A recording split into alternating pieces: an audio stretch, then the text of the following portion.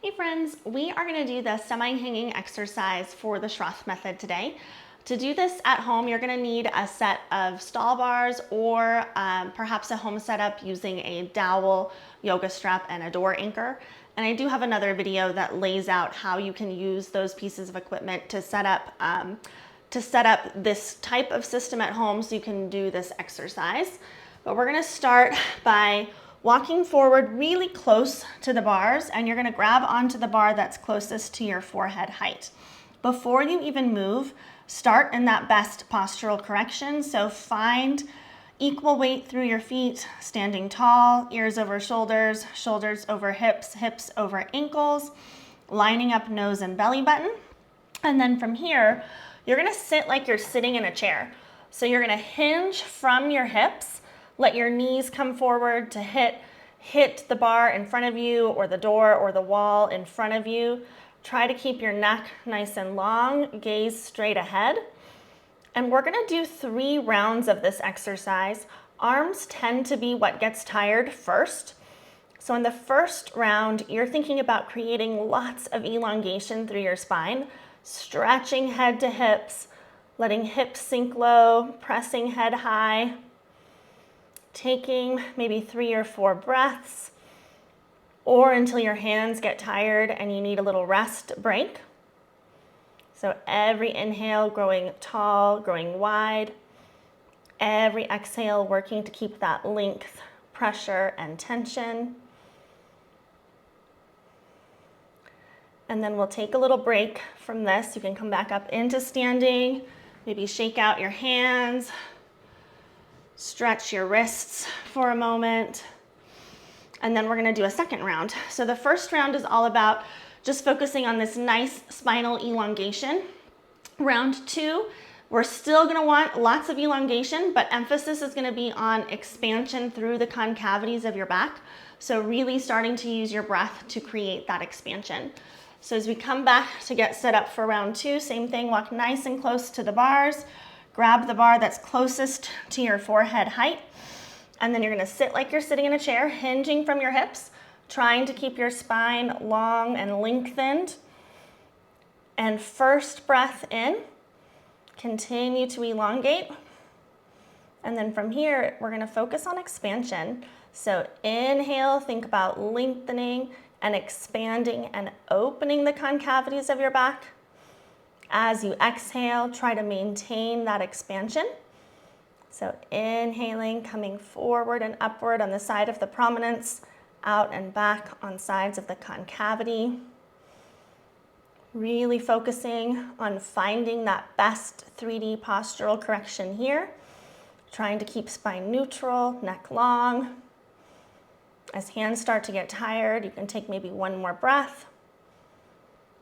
And then as you come out of this position, same thing, we'll relax hands, maybe stretch out wrists. Even when you're taking that active rest break, continue to try to think about maintaining the best alignment that you can. So the whole time you're doing your Schroth exercises or your scoliosis-specific exercises, we are always trying to be focused on keeping the correction even between exercises. So you don't just sink into the curve when you're done. You stay active, try to maintain that correction to the best of your ability. And I recommend for adults with scoliosis, trying to do at least a minimum of 10 minutes of scoliosis-specific exercise a day in combination with maintaining your best 3D postural correction as you're doing activities of daily living. And then of course, just general fitness, strengthening, and things like that are really what you need to be overall healthy. But from the spine standpoint, if you can dedicate just 10 minutes a day to scoliosis-specific exercises, you can see meaningful change. Teens and adolescents often need more, so probably closer to 30 or 45 minutes, 5 times a week for kids who are still growing, but for adults, it's a little bit different. So anyways, back to round 3. Round 3 is gonna be muscle activation. So we're gonna use this set of bars a little bit differently here. So on round 3, we're gonna add a pulling down on the bar with your arms so that you're like a little turtle poking its head up out of the shell. We're gonna increase muscle activation, really try to maximize the 3D postural correction around the spine. We wanna be careful that we're maintaining good alignment from the side. So you're getting this nice hip hinge and we're still maintaining ears over shoulders, shoulders over hips. You don't wanna feel like you're arching your back or rounding your back here. It should almost look like you're a little triangle in this position. So we'll come back for round 3.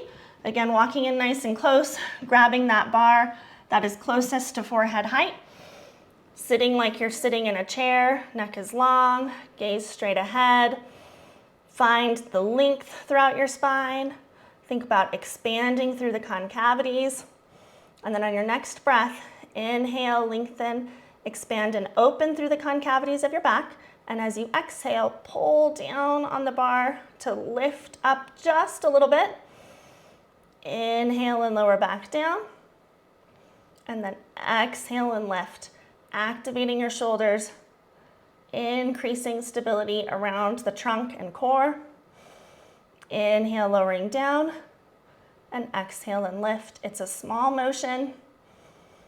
Inhale, lower. Exhale, lift. Inhale, lower. Exhale, lift. We'll do one more. Inhale, lower. Exhale, lift. And then come back up into standing.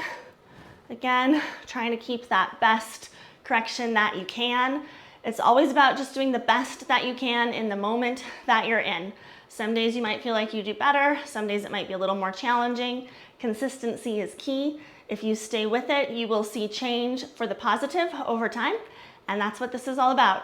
All right, let me know if you have questions about this exercise. I hope you found this useful and thanks for watching.